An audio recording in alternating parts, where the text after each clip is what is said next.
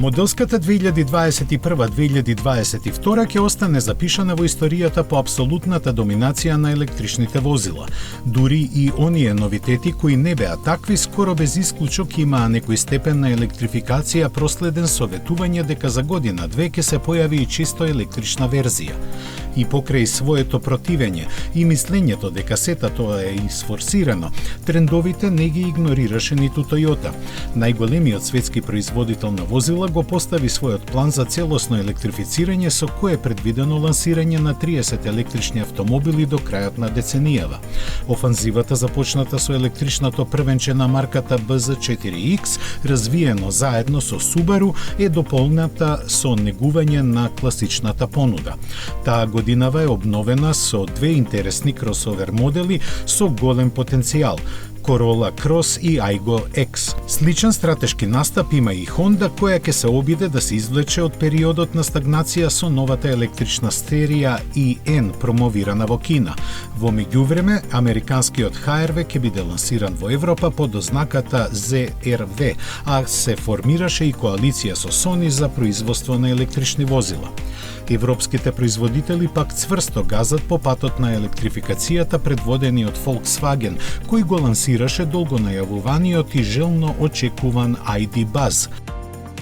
Исчекорот од веќе добро искористената MEB платформа, на која се поставени и кросовер новитетите од групата ID5 и Шкода Enyaq Coupe, е направен во форма на караванскиот концепт Audi 6, Avant и Tron. За нешто помалку од 2 години серискиот модел што ќе произлезе од него ќе не воведе во новата ера на електричните возила со високи перформанси. Во неа сега владее марката од Баварија, од каде пристигна цела плејада новитети. Лично се запознавме со најжешките i4 на чии светски презентации присуствувавме. Електричен седан отвори ново поглавие во класата со своите супериорни перформанси и динамички својства типични за електричните возила, но искомбинирани со спортските гени на синобелиот пропелер. Кросоверот пак настапува како знаменосец на промените со кои BMW се враќа на пионерската позиција која имаше пред неполна деценија, кога беше предводник на електрификацијата меѓу премиум автомобилските брендови.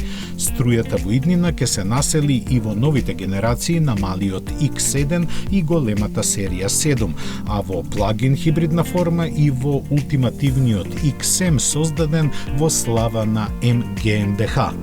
Мерцедес ќе ја предизвика доминацијата на BMW во електрификацијата со мултинаменскиот EQB, елегантниот EQE и суперлуксузниот EQS SUV. Под капата на трикраката звезда од Кина пристигнува и урбаниот електричен кросовер Smart број 1 како прв модел на темелно редефинираната марка. Stellantis ја искористи годинава за зацврстување на своите позиции пред се на марките кои имаат поголем потенцијал отколку што продажните резултати покажуваат. Ја дочекавме новата Opel Astra со која се соочивме на западниот раб на континентална Европа. Таа го започна своето патешествие со самоуверената појава и проверената механика како основи на кои се темели за да и понатаму остане германска. Силна искра надеж за Alfa Romeo пристигна спакувана во новиот Tonale, од кој се зависи. Некогаш, а и сега славната италијанска марка подолго време се мачи на пазарот, што ја доведува во прашање на нејзината екзистенција. Заради тоа на овој кросовер се гледа како на предводник на новото време во кое треба да пристигнат уште модели.